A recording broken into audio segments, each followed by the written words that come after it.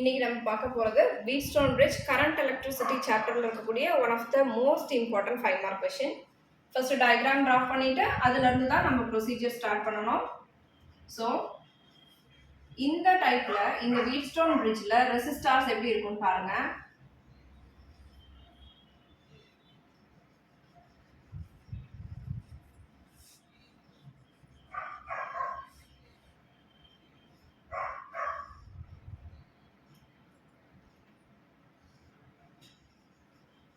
நான் எப்படி டிரா பண்ணேன்னு தெரியுதா? 4 ரெசிஸ்டர்ஸ். இந்த ரெசிஸ்டர்ஸ் ரொம்ப சின்னதாகவும் டிரா பண்ணக்கூடாது, ரொம்ப பெருசாகவும் டிரா பண்ணக்கூடாது, எல்லாமே ஈக்குவலாக இருக்கிற மாதிரி டிரா பண்ணுங்க. ஏன்னா சர்க்யூட் டயக்ராமுக்கு மார்க் ரெடியூஸ் பண்ணுவாங்க. இந்த சென்டரில் இதை நான் கனெக்ஷன் எப்படி எடுத்துக்க போகிறேன்னா, இந்த ஜங்ஷனை ஏனும், இதை பினும், இதை சி, இதை டின்னு எடுத்துக்க போகிறேன். ஓகேவா? ஸோ இது வந்து நம்மளுக்கு காமனாக ஒரு இடத்துல இருந்து நம்மளுக்கு இதுல இருந்து கரண்ட் சப்ளை வந்துட்டு இருக்கு. So let us consider this one as voltage V. இதுல இருந்து வரக்கூடிய கரண்ட்னு பாத்தீங்கன்னா ஐன்னு எடுத்துக்கலாம். இப்ப ஜங்ஷன் ஏவை அது வந்து ரீச் பண்ண உடனே கரண்ட் என்ன ஆகுதுன்னா டிவைட் ஆகுது. ஸோ ஐங்கிற கரண்ட் நம்மளுக்கு எப்படி பிரியுதுன்னா I1 I2ன்னு பிரிஞ்சிருக்கு. ஓகேவா? அடுத்தது ஜங்ஷன் பிக்கு போய் இந்த கரண்ட் I1 போகுது இல்லையா, இது இந்த இடத்துல இருந்து மறுபடியும் பிரியுது. இது வழியா ஃப்ளோ ஆகக்கூடிய கரண்ட்டை IGன்னு எடுத்துக்கிறோம், இது வழியா ஃப்ளோ ஆகக்கூடிய கரண்ட்டை I3ன்னு எடுத்துக்கிறோம். சொல்றது புரிஞ்சுதா? I1 கரண்ட் இங்க இருந்து ஃப்ளோ ஆயிட்டு இருக்கு. எப்பெல்லாம் ஜங்ஷன் ரீச் ஆகுதோ அப்பெல்லாம் கரண்ட் டிவைட் ஆகுது. ஐங்கிற கரண்ட் இப்படி பிரிஞ்சும் போது I1 I2வா பிரிஞ்சது. I1 கரண்ட் இங்க போய் ரீச் பண்ண உடனே IGனும் I3னும் பிரிஞ்சது. ஓகேவா? அது நம்பர்ஸ் நாம பார்த்து டினோட் பண்றதுதான். இங்க I1 I2 போட்டதுனால இங்க I3 போட்டுக்கிறோம், இங்க கேலோமீட்டர் இருக்கிறதுனால IGன்னு போட்டிருக்கோம். அவ்வளவுதான் வித்தியாசம். நெக்ஸ்ட் இங்க இருந்து ஃப்ளோ ஆகக்கூடிய கரண்ட் வந்து I2. இந்த ஜங்ஷன் பாயிண்ட ரீச் பண்ண உடனே ஆல்ரெடி இங்க இருந்து கரண்ட் வந்துட்டு இருக்கு, அதனால இது ரிவர்ஸலா போகாது, கரண்ட் இப்படி தான் ஃப்ளோ ஆகும். ஸோ ஆல்ரெடி I1 I2 போட்டோம், I3 போட்டோம், இங்க வந்து I4ன்னு எடுத்துக்கிறோம். ஸோ இந்த ஜங்ஷன்ல இருந்து வெளியே வரும்போது இது நார்மல் கரண்ட், இது ஃபுல்லாவுமே நம்மளுக்கு இருக்கிறது I கரண்ட் மட்டும்தான். புரிஞ்சுதா? ஸோ சர்க்யூட் டயக்ராம் எப்படி டிரா பண்ணணும்னு புரிஞ்சுதா?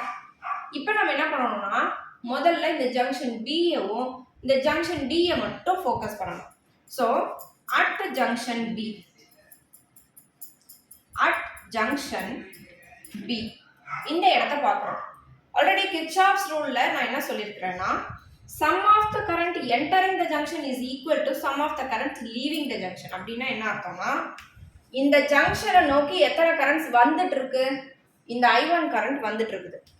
ஸோ I1 ஓகேவா, that is equal to sum of the currents leaving the junction. எது இதெல்லாம் வெளியே போகுது ஜங்ஷன்ல இருந்து, IG வெளியே போகுது, I3 வெளியே போகுது. Sum of the currents leaving the ஜங்ஷன்னா IG பிளஸ் I3. சொல்றது புரிஞ்சுதா? Sum of the currents entering the junction equal to sum of the currents leaving the junction. கரண்டோட அளவு வரதும் போகிறதும் ஈக்குவலா தான் இருக்கும், என்ன அது பிரிஞ்சிருக்கும், அதுதான் இந்த ஸ்டேட்மெண்ட்ல சொல்றாங்க கிர்ச்சாஃப்ஸ் ரூல். சரியா? IG கரண்ட் கேல்வனோமீட்டர் அப்படின்னாவே this is a sensitive current அப்படின்னு அர்த்தம். ரொம்ப சின்ன கரண்ட்டை நம்ம வந்து ஒரு டிவைஸ் வச்சு கண்டுபிடிக்கணும்னா அதுக்கு தேவைப்படுற டிவைஸ் என்னது, இந்த கேல்வனோமீட்டர். ரொம்ப மைன்யூட் கரண்ட்டை கூட அந்த கேல்வனோமீட்டர் யூஸ் பண்ணி நம்மளால ஐடென்டிஃபை பண்ண முடியும். ஸோ சின்ஸ் அது வந்து ரொம்ப டெசிமல் பிளேசஸ்ல வரதுனால நம்ம இந்த இடத்துல என்ன பண்ண போறோம்னா அதை ஜீரோவா கம்பேர் பண்ணிக்கிட்டு அதை ஒமிட் பண்ணிடுறோம். So I1 is equal to I3 ஆயிடுது. ஸோ ஜங்ஷன் பி மூலியமா நம்ம கண்டுபிடிச்சிருக்கிற ரிசல்ட் என்னது, I1 equal to I3. அடுத்தது at junction B, at junction D எடுத்துக்க போறோம். sum of the currents entering the junction equal to sum of the currents leaving the junction. இதுல இந்த டிங்கிற ஜங்ஷனை மட்டும் பாருங்க, எந்தெந்த கரண்ட்ஸ்லாம் உள்ளார ஜங்ஷன் நோக்கி வருது. I2 உள்ளார நோக்கி வருது, IG இங்க வருது.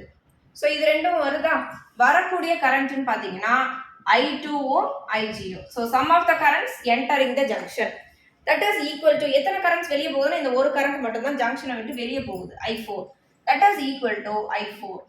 இந்த IG-யை நான் என்ன சொன்னேன் ஆல்ரெடி, ஜீரோவா கன்சிடர் பண்ணிக்கிங்க, மைன்யூட் கரண்ட் ஜீரோவா கன்சிடர் பண்ணிக்கிங்க. So I2 equal to I4. So இதை ஃபர்ஸ்ட் ஈக்குவேஷன் எடுத்துக்கலாம், இதை செகண்ட் ஈக்குவேஷன் எடுத்துக்கலாம். ஸோ ஜங்ஷன்ஸ் மூலியமா நம்ம கண்டுபிடிச்சிருக்க வேல்யூவை ஐடென்டிஃபை பண்ணி முடிச்சிட்டோம். அடுத்தது நம்ம என்ன பண்ணணும்னா இந்த ABDAங்கிற இந்த சர்க்கியூட்டை மட்டும் பார்க்குறீங்க. எதை பார்க்கணும்? இந்த closed circuit ABDA. So ABDA இந்த closed loop பார்க்க போறீங்க. ஓகேவா? சோ இங்க இருக்கக்கூடிய ரெசிஸ்டர்ஸ்க்கு நம்ம சம் நேமிங் கொடுக்கலாம். இத P, இத Q, இத R, இத S ன்னு நேமிங் பண்ணிக்கலாம். ஓம்ஸ் லா படி V is equal to என்னது? IR. ஓம்ஸ் லானா என்னது? V is equal to IR. So இங்க இருக்கக்கூடிய கரண்ட் பாத்தீங்கன்னா I1, இங்க இருக்கிற ரெசிஸ்டர் வந்து P. ஓகேவா?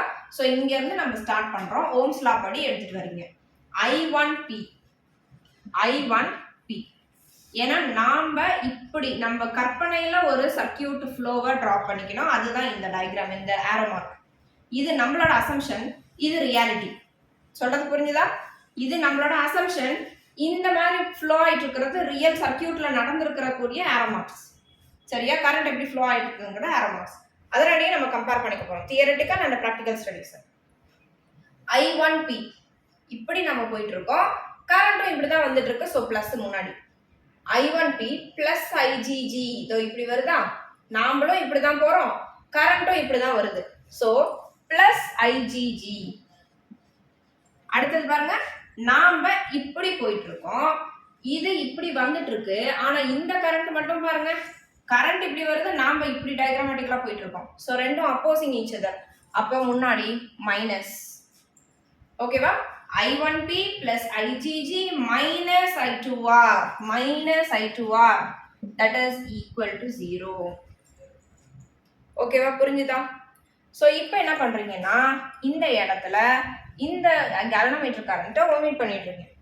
So I1P minus I2R is equal to 0. இந்த minus I2R அந்த சைடு எடுத்துட்டு போனோம்னா plus I2R ஆயிடும். புரிஞ்சுதா? ஸோ இப்போ நம்ம என்ன பண்ண போறோம்னா இதை ஈக்குவேஷன் நம்பர் 3ன்னு பிளேஸ் பண்ணிக்க போறோம். சரியா? இப்போ இந்த லூப்பை நம்ம முடிச்சிட்டோம். எது? ABDAவை நம்ம ஃபினிஷ் பண்ணியாச்சு. அடுத்தது நம்ம எந்த லூப்பை எடுத்துக்க போறோம்னா ABCDA இந்த கரண்ட் லூப்பை பார்க்க போறோம். ABCDA. ஸோ இதில் பாருங்க, இப்போ ஃபுல் டயக்ராமை நம்ம அசியூம் பண்ணிக்க போறோம். இப்படி நம்ம போக போறோம். சரியா? நல்லா லிசன் பண்ணுங்க. நாம இப்படி டயக்ராமேட்டிக்கலா இப்படி போயிட்டு இருக்கோம். ஓகேவா? I1P plus I3Q. ஓகேவா? I1P plus I3Q. நம்ம இப்படி போறோமா? I1P plus I3Q. நாம ஆக்சுவலா இப்படி தானே போயிட்டு இருக்கோம். ஆனா இது ரெண்டும், இந்த ரெண்டு ஆரோ மார்க்குமே பாருங்க, நாம இப்படி போயிட்டு இருக்கோம், இது நம்மள எதிர்த்து வருது. இப்படி போயிட்டு இருக்கோம், இதுவும் நம்மளுக்கு அப்போசிட்டா வருது. ஸோ அப்ப மைனஸ் I4S மைனஸ் I2Rன்னு எழுதணும்.